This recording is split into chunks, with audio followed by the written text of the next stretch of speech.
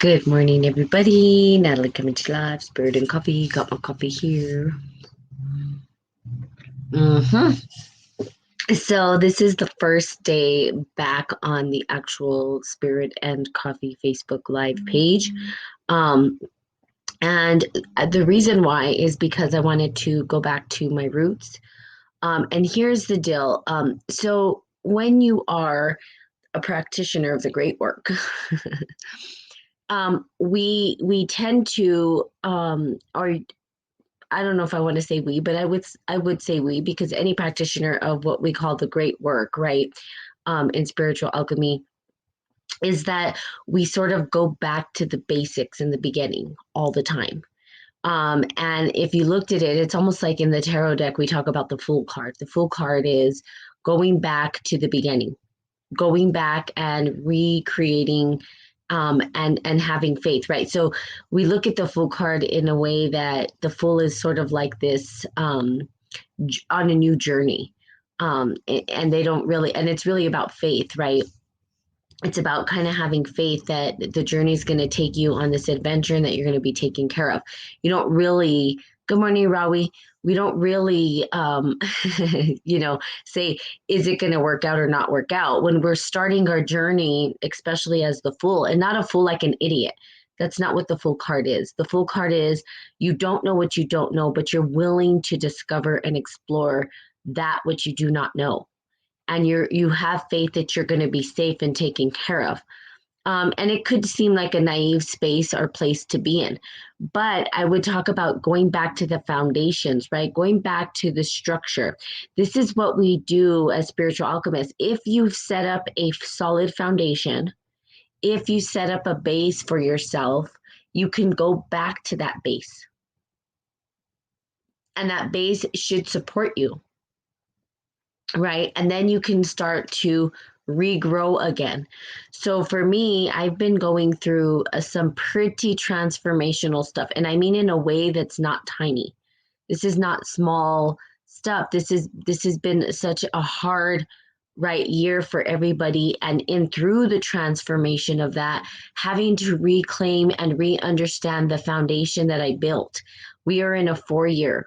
Okay, a 4 year is what we call the emperor being the foundation. So if we looked at it like the four pillars, if we looked at, let's say, for instance, the pyramids, right? They always say that's one of the strongest structures known to man. And the synergy and the energy that it can actually cultivate is ginormous, right? So we have these great pyramids, and people use pyramid energy all the time. But when we look at the pyramids, when we go and we actually look at the construct of the pyramids, there are four sides to the pyramid. Okay. I didn't even realize this until I got over. Quad D, what's up? I haven't seen you in a while. Good morning, Marcy. Is it Marcy? Okay, I think I'm saying that right. And Quad D, what up? How you been? I haven't seen you in quite some time.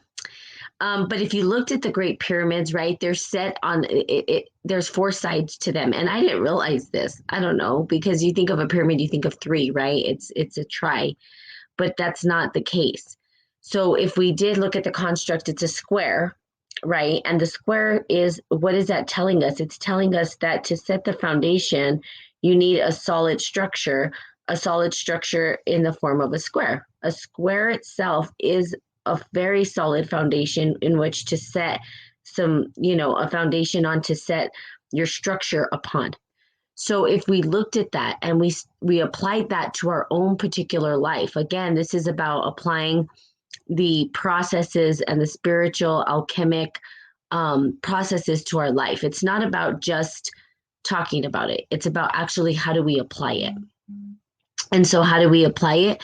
Well, we set up the foundation. So if you're working on a specific goal or you're working on something in your life, it's understanding what that foundation is for you. So again, we can come back to that foundation. Let's say the pyramids fell, right? They would still say, but we have the foundation is still here. It didn't go anywhere because it was solid. And then so we go back and then we recreate it. And that's a beautiful thing, and we can do that in our life over and over and over again. So sort of what I did this past couple of months with Spirit and Coffee is that Good Morning Herbal Society is that I went back and I re-went through the foundation. Now, part of Spirit and Coffee, so you guys know, it's about me sharing also the process that I go through, because oftentimes spiritual teachers just talk about concepts and principles, not necessarily telling people how they use it in their own personal life, right? And so what ends up happening, right, is they're just preaching what they feel is the right path or the path for the individual. And the reality is that, are you applying it to your life? And if so, how? Like, if you're talking spiritual practice and principle, how is it manifesting in your life? I wanted to know. I want to know. I want to understand how you're applying this practice and principle and what's happening. Are you getting a result? Are you not getting a result? Because that's critical, right? And so oftentimes that's not shared, right? It's just like, oh, do this and do that, and everybody's like, oh, well, they're so peaceful, and they, going following people they don't really know, rather than saying, okay, how is this individual applying it to their life? So I share that because I want people to understand that it's not just a concept. These things are not just concepts in my life. I don't just talk about them and then, go out and do opposite of what I say. I actually apply them to my life, and showing and communicating the results, right? What is the result? How are the results showing up in my life? And then saying, okay, now you go practice, you go apply them to your life and see what results you get. At the end of the day, if it's not getting you results, then why in the world are we doing it? I mean, I guess it's going to give you some result no matter what you try. But if it's not getting you the results that you're seeking, what are we doing? We're just like a dog chasing his tail, not to, never to catch it or something. So the reality is how do you apply it? So part of what I'm applying again is going back and devouring that which I've created in order to recreate. Part of the embodiment of an alchemist, or part of the embodiment of someone who works in the great work, is understanding and knowing that you can devour the very foundation. You devour everything that you've created and recreate, because that's what alchemists do. They recreate. They are creators. They understand how to create. So they're not fearful. Good morning to those on Facebook. If you're here on Facebook, say good morning. I can't see who's on here. I hope it comes through if you say good morning. Sometimes the Facebook doesn't show who's on here for some reason, and I'm not 100% sure why. Even if they say hello, good morning, then I don't see it till after. But again, being able to recognize that you are a creator, you are a craftsman, and that you can create and craft your whatever it is you're creating, right? Whatever it is, and that you could recreate the foundations in which you live and exist, and that you get to be the person who does that. So recreating and feeling pretty awesome that I went to my live Facebook page for the longest time. Of course, Podbean, I was doing Podbean just the same. But I stopped doing Restream and all that. And a lot of it was because it was too much too fast. And that's part of the discernment that we can have in terms of our own personal, right, well-being, and understanding that we want everything all at once most times. We want to be successful quickly, or we want this quickly. And that's part of my story. I'm not saying everybody's like this, but it is part of my story. And there are a lot of individuals that are this way. They want the overnight success, right? And so it's how do my new foundations are unstable for others. And that's very true. That could be very possible. And this is where it becomes pretty life eventually, when you're creating what it is that you're creating, is not always going to be what everybody else wants you to do. And that's kind of how the story goes. And this is where it's hard to And this is where we get caught up, because oftentimes we understand what's right for us. Like we have a particular calling or purpose, right? Something internally inside us is drawing us to do this thing. And the people around us are not used to that. They're used to us being a specific way. People like consistency. When change starts to happen, people are not too fond of change. It's uncomfortable. They don't typically like it. They want things to remain the same always. And so when you start to shift the foundation or tear up the foundation, well, naturally you're tearing out some people as well. You're uprooting and you're recreating. And sometimes it's uncomfortable for others. Not sometimes, it usually is. Good morning, Shauna. How are you? Cheers to you. And then it's uncomfortable for people.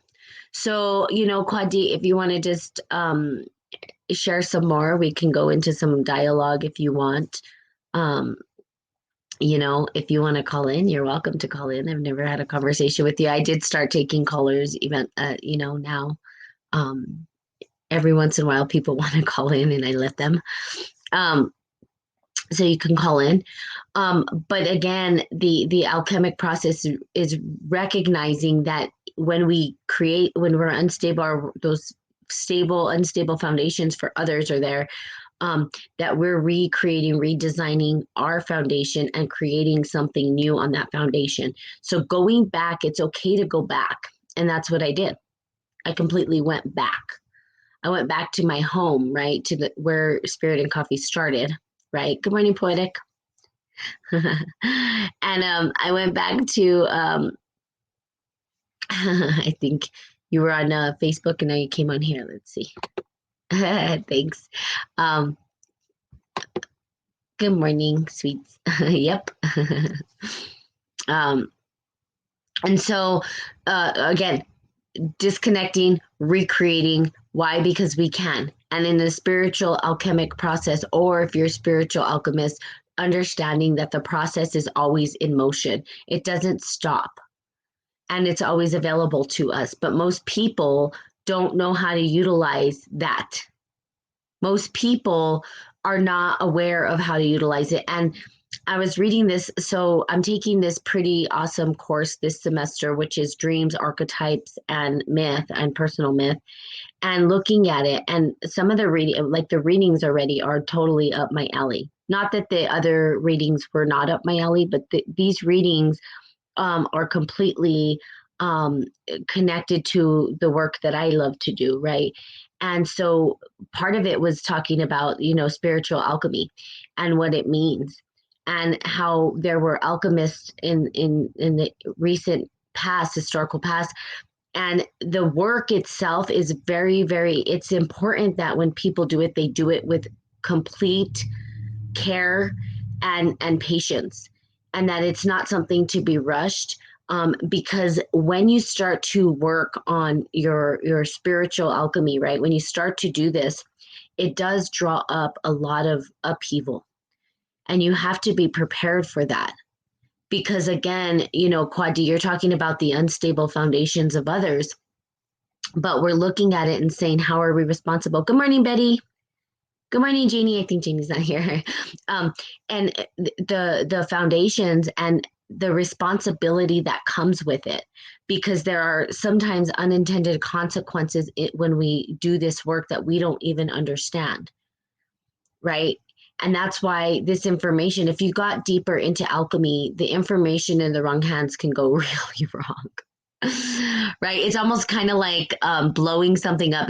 Think about it as you're making your potion, right? Like, so maybe you're brewing up something and you put the wrong ingredient in, and then poof, it blows up. That literally can happen in your life if you are not applying this information with care. So understanding alchemy, and it's such a huge vast word right now. Before, people didn't know what spiritual alchemy was, but you're starting to see it come up in all different places. You hear about it all the time. You're going to hear about it more and more and more and more, because everybody's sort of waking up. Now, spiritual alchemy is not a religion. It has nothing to do with that. It's a process. And really what it is it's the natural process of the world that exists within us. We cannot deny it.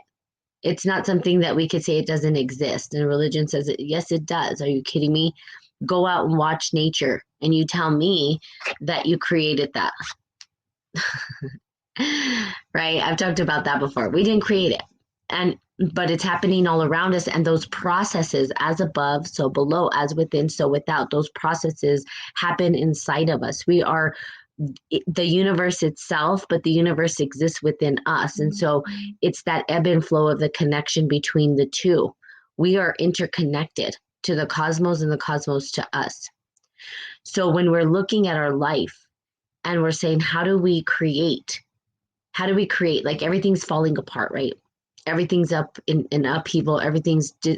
We go back to the foundation. Go back to your basic foundations. And that can be your moral principles, your moral codes, your ethics, your values. What do I value? And sticking to that, and then setting boundaries. Anything beyond that is no.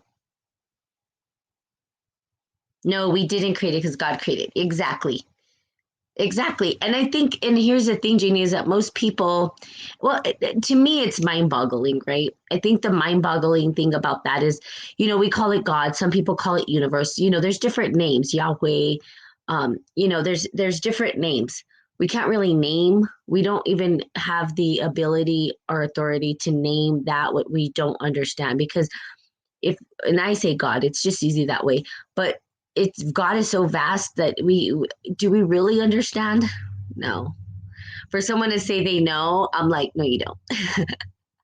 Like there's a knowing of like, I understand that I'm part of this and that God is within me and God is all around. But to really understand the operation of God, I don't even know if that's the right word to use. We don't, right? We didn't create the trees. They were already here when we got here. We didn't even create ourselves. That was done by this organic process, right? That was created through God's magnificence and art. Like if you think about, that was part of what they said in this writing, is that the art, right? When we look at nature and we look at everything around us and we see the art, the mastery, it's just how it's so magnificent. How can someone say that they don't believe? I don't understand. It's like, people will say, well, it's science. Yeah, but there's something else. You can't just say it's science, right? Because what about consciousness? What about the consciousness that exists beyond that, right? There's a consciousness too. There's not just a science. And consciousness is something that nobody can describe or explain. We don't know. We don't know what we don't know. It's almost like the black hole. And I told you guys that I did some charts, right? And some charts to kind of at least give a depiction, at least give some kind of a visual of, kind of how I see it, right? What do I see that the conscious and unconscious mind is telling us? And if we looked at the conscious and unconscious mind, we can say that this unconscious space that exists, that it's so vast that we don't even know. There's things we can't even see. There's things happening that we don't even know about in the cosmos. We look up at the stars, we don't know. I mean, we barely know about our own self. We know about this much about ourselves. We would look at the trees, and I just learned new things about trees. Like we can't know everything. It is not possible, right? There's just so much. But when we talk about consciousness itself cannot be described through science. There's no way. Think about dreams. When you're dreaming, right, is it something that you can explain and describe? Sometimes you can't. It's a weird thing, but it's part of you. You're the dreamer. You had it. It's internally inside of you.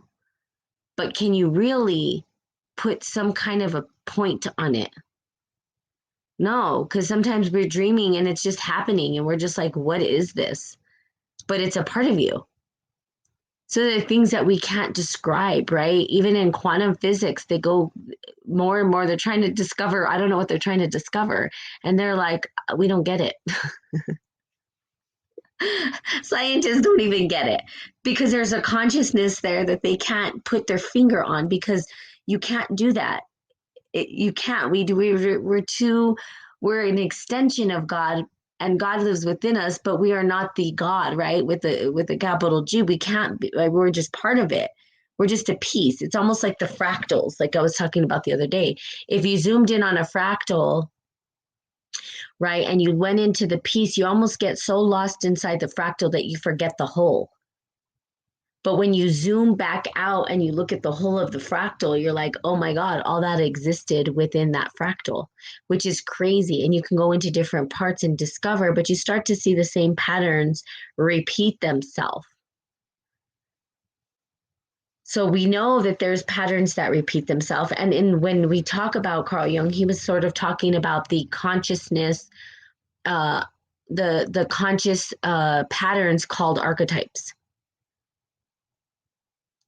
That there were archetypes and patterns of personality, perhaps, and that those patterns of personality exist from the beginning of time. And somehow we embody that personality, those personalities, that we embody those archetypal patterns that are not, we think they're unique, but they're part of the whole. So this stuff gets pretty awesome and pretty cool because you can just go on for days and down rabbit holes and, you would never know it all. And that's the beauty of it. And I think as if you were to be a spiritual alchemist and say, I'm ready to go through the process, that you would understand that you know nothing. I know nothing. I tell people all the time, like, oh, you're so smart. You're this. I'm like, no. I don't know anything. And every day I'm rediscovering something new. And every day I'm reinventing myself. And every day things change and my mind shifts and new ways of viewing the world start to arise. It doesn't stay the same. My worldview changes constantly. That's part of the process. It's being able to look at the information and see it from different angles, different perspectives. The parable I think I've talked about with the monks, right? The parable goes that they were blindfolded and they were touching an elephant and they were told to describe what they felt. And everybody felt a different part of the elephant and they described what they felt, but it was part of the same animal, but they all felt something different. That's kind of how we experience the world. I love that parable. Why? Because it tells us that we, right now, where you're sitting, you're seeing different things than I'm seeing. But is your truth more true than mine? No. And my truth's no more truer than yours. Now, that's a hard one for people to grasp because we want to be right. We want to be right about our ideas. We want to be right about our opinions. And we want to maybe force people into a circle when they're a square, or we want to force people into a square when they're a circle. And rather than let people be. Not an easy task, right? Not an easy task, but that's part of alchemy. It's allowing that which is God to arise within all because God is within all and God will arise within all. And if we can see the magnificence of God and the beauty in everyone arise, not an easy task though. It's just not. It's not because people, right? We're working with other individuals, other perspectives, and not every single person on this planet understands, right? They don't sometimes they want to be right. And so an alchemist says, okay, you're right. Who am I to tell you you're wrong? Not my job.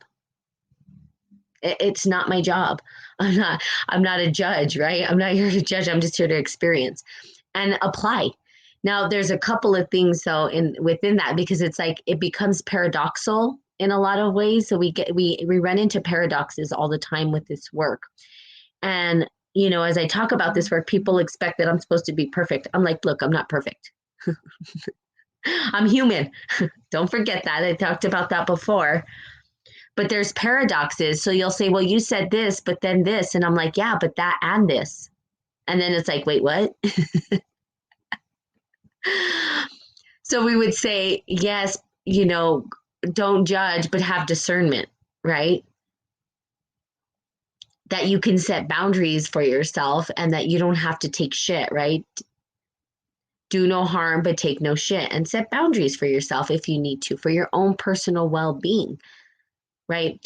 But understanding that you're setting them up not to harm, but to not to harm or hurt people, but to help yourself so that you can get in a mental space of well being. So there's times that you have to set those boundaries.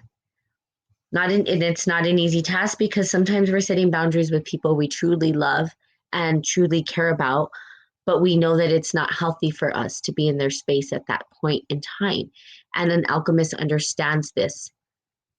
It's not about saying there's no wish of harm on individuals. There's more of wish of health in my own well-being, right? So there's the distinction between the two. There's a distinction. Someone who's a light worker will say, look, I need to separate from you. I still love you. I still care about you and I wish no harm upon you. That's not the point. The point is that when I'm near you or with you, pain is inflicted upon me. And there's things that I can't handle that I need to be able to understand how to work through. And it's a different conversation, it's a different dialogue. There's no vengeance involved. It's a transmutation of the energy and allowing yourself to set the boundaries so that you can heal. There's nothing wrong with that. In fact, people should be doing that so they can heal themselves.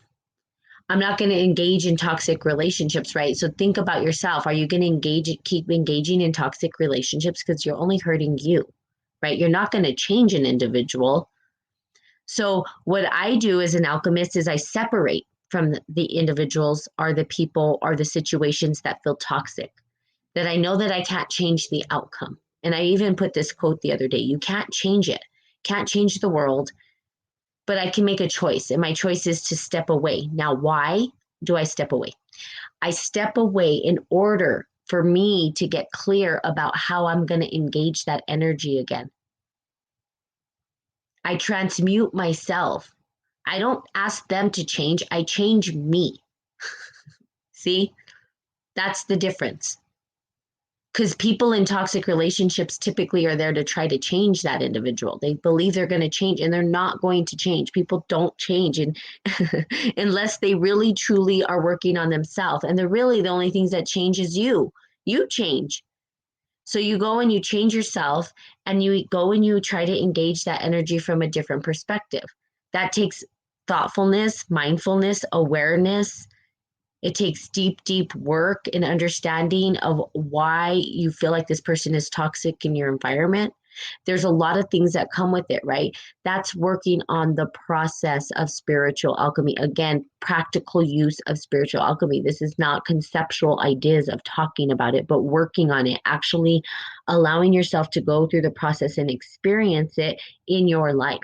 Quad D, I don't know if you're still on here. It's the practice and application of it. If your setting new foundations is causing upheaval in the people around you, you know that you're practicing it because people ain't going to like it. People don't like when you change. They want you to be the same. That's what they're used to. And when you start to change, they go, oh, what? Yeah, but you want it change, right? You want it change, and now you don't like the change that you're seeing. So you were comfortable with things being the way they were before. And then when you start to change, people don't recognize you. And so they make up a bunch of stuff about this and that, and then you were this way before, and that's who you were. And then no, I never claimed to be any one thing because I'm not. And I'm constantly changing, and my perception and worldviews are changing. So again, looking at your life, your worldviews change. The way that you engage certain people changes. And when you start to embody that and work through that, you piss a lot of people off. You can piss a lot of people off. And then you have to separate and you have to figure out, okay, what's good for me? The one thing we can count on is life has changed. Yes. Yes, Jeannie, it sure is. And there's a lot of change. And we saw the big change in when COVID hit, right? That was huge. Nobody, I mean, look at all the fear and people didn't like it. And, fear came up in me at some point and people didn't know how to engage with it. It was something new. The entire world was shut down. Like what? The world? Not just like the US or a state or a city, but like the entire world went through this huge transformation, right? And it was timely, being that we're in the age of Aquarius. It was timely. I mean, there's purposes behind it. I won't get into all that, but again, change is constant, right? It's the only constant we have, but it's uncomfortable. It's uncomfortable. It's uncomfortable for me. I had to change and move environments and stuff, and it wasn't comfortable. There was a lot of stuff that came up. We need to welcome change. We grow that way. Yes, we do. Thank you for sharing. I appreciate your sharing. It's always good to have other voices involved. I'm going to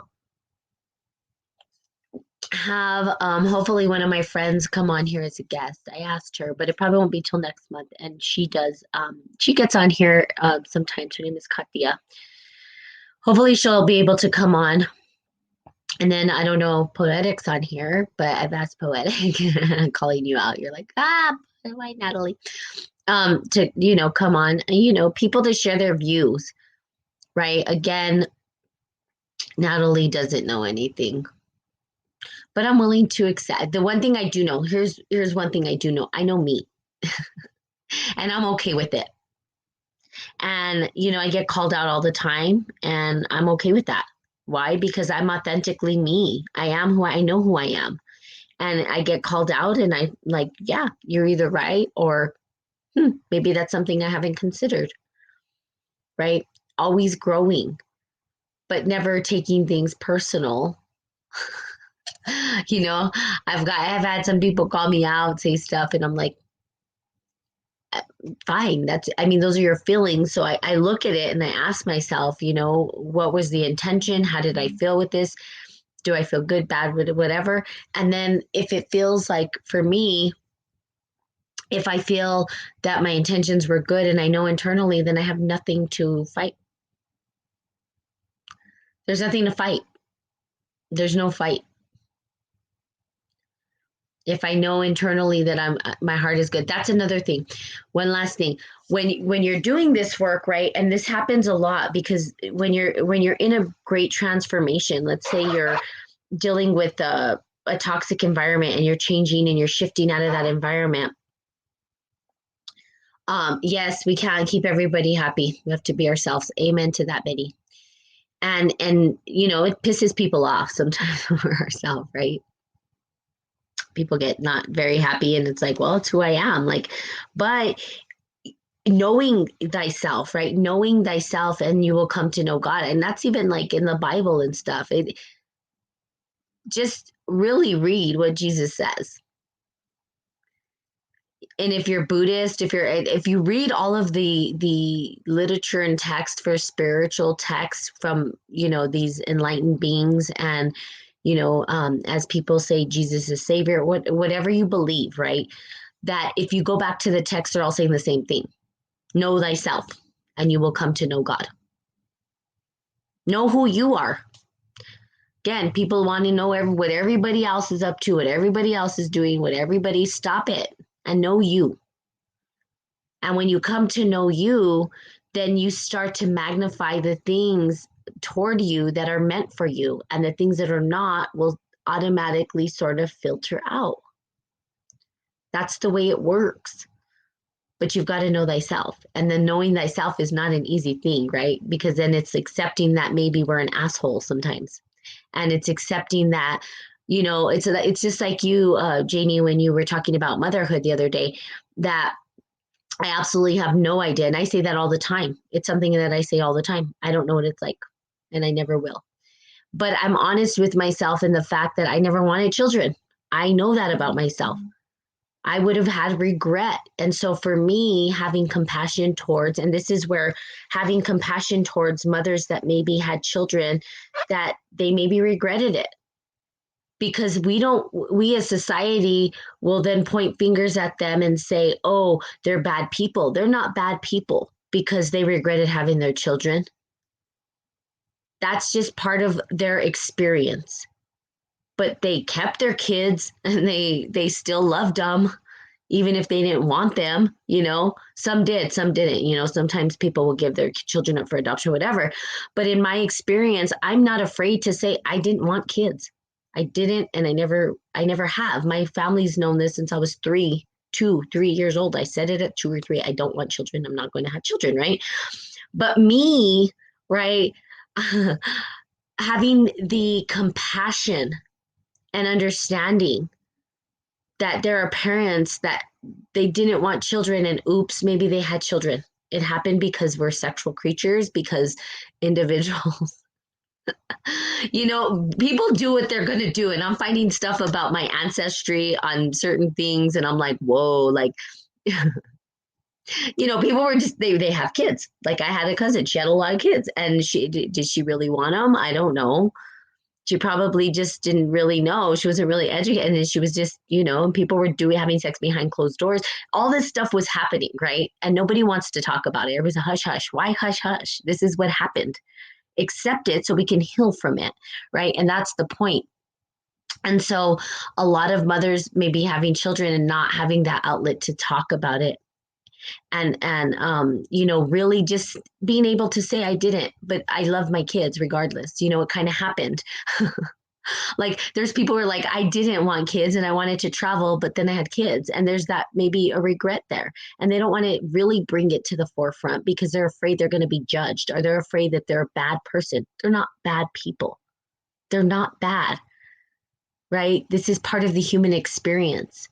Everybody has regret of something at some point in their life, and we can understand that everybody does. We're experiencing this human condition. It's not easy. Living as a human is not easy. Knowing thyself is not easy. And then telling people who you are is even harder, because then you're like, now people are going to judge the shit out of me. You have to be brave. That's why I get on here and do this, because I'm like, well, you could be mad, but I told you this is who I am. I don't know what to say. I can't deny it. I can deny it and say that's not me, and then I'd be a total fake, fraudulent. Right? And there's people who do that, and that's fine too. I'm not judging them. They can be fraudulent, but there's consequences with it. So just be honest. Be honest and forthcoming, forthright, whatever you call it. Okay, let's see. Oh, Anita says, we need to be more conscious of our actions and not so much about others. We answer for our actions. Yes, we do. I understand what you're saying about not wanting to have children. Your perception will always be different than a mother that have bore and raised children. Yeah, it's true.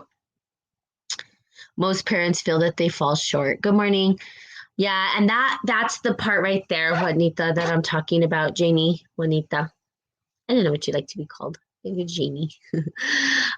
Yes, it's true. That I will never understand it. I won't, and I don't claim to. But I at least have compassion, because I have people around me that are parents, and I hear what they say, and God bless them. God bless you for having children and raising your kids and being there for you, because that is not an easy task. I didn't want to do it. You guys did it. So I can't even what I get it's for me, that was a huge fear, right? I was like, I will fail completely at this. That's what I felt. I would be a complete failure. And I know I would. I mean, I would I mean, it's a responsibility that I can't even comprehend. So this went full circle to something else, but again, it's because you shared. But to those parents out there this morning, kudos to you for being brave enough to raise new starlights and star beings and little spiritual creatures up. That's probably one of the greatest responsibilities of all time in this three-dimensional time space. One which should be more honored, revered, and there should be an outlet for those individuals to really talk about how they feel. Okay. So I just give you guys a ton of respect. Um, you know, and I think about me and myself and me and my relationships, right? With even with my parents and stuff. And, you know, it has to be hard for them to work with me. I'm not an easy person to work with, right? So I think God, another one of me would be really not easy. I'm not an easy individual. It's not. And so, but somebody had to take the job of raising me. Natalie, I can't talk about it. I will get arrested. so again, I don't deny. I'm not going to sit here and deny. And that's not what this is about. This is about being authentically me. I know I'm a difficult person. I know that I'm not easy. I wasn't an easy kid. I'm still not an easy child, right? Because my thought processes are completely my parents are like, "What are you talking about?" Like, I don't even know if they're just like, "Yeah, okay." Natalie's just going to be Natalie. And so difficult to raise a child like me, right? Uh-huh. And so just throwing that out there. So for you parents, just love and light in your heart. I know it's not probably not an easy task, but many prayers and lots of love to you guys. And you guys are the true heroes because you were brave enough to bring into the world um, beings and stick with them. Everybody on here has stuck with their children regardless, right? So some parents give up, like I said, give for adoption and do all these other things because they don't feel like they're adequate enough to bring the child up or whatnot, or whatever their reason is. But bottom line, Natalie, is you have a mind and you speak it. Yeah, I speak it a lot, right? That's all I do is talk. I'm like, da, da, da, da, da. Um, so there you have it. So many blessings to you parents out there. I know that if you're going through some trying times, even with your kids or, whatever is happening, that just know that you're warriors, you're spiritual warriors. I couldn't imagine. Like, it just makes me cry to even think about it. Just because I know my situation, I know me, and I'm not easy. So it's got to be difficult, right? To some degree. So much love to you guys. That's what I say. You guys are true light beings and spirits. Go, you know what? Go and treat yourself today because you were brave enough to have kids and children. Go treat yourself to an ice cream or something. Like, I deserve this because I brought some star beings into the world, and damn it, I'm by their side regardless of how crazy they are. Ah, Lord. Okay, so there you go. One last thing, Natalie. If anyone who wants to talk about their kids, they can sit down with me and hear my stories. And then reaction, I get it, is oops. Yeah, lots of hard work, right? But you guys are warriors because you stuck with it. And that's the beauty. And that's the hard part, is sticking with it. Well, maybe not for you guys. For me, I'm like, I think I would have ended up with postpartum depression. I probably would have ended up being a psychopathic mother. Um, People say no, but I love how people are like, no, you're so sad. I'm like, no, you don't know me. I'm That's why I'm alone, because I'm like, this is my mind is just like, ugh, right? You got to be a little crazy to do the work I do, I think. Okay, so there you have it. But I love you guys so much. I do, and totally appreciate you. Later, Spirit. Oh, bye, Quad D. You were still on here. Should have called in. Have a great day. And I will see you guys tomorrow on the Spirit and Coffee platform. So much love. Lots of hugs. Bye bye.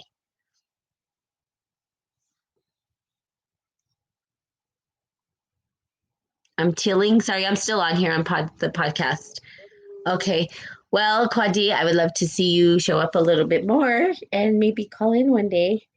I know that you have been going through a transition for quite a long time and would love to tiles in the bathroom. Oh, I'm tiles in the bathroom. Okay. Well, there you go. Have a great day. I will one day. Good. And love to just hear your thought processes and you to share and at least have maybe a space where you can just let it all out. Right? That's the space that you have a home to say it all, and there you go. And hopefully have an audience. All right. Well, you have a good day, Kwadi, and anybody else who's on here, love and light, and I will see you all tomorrow. Bye bye.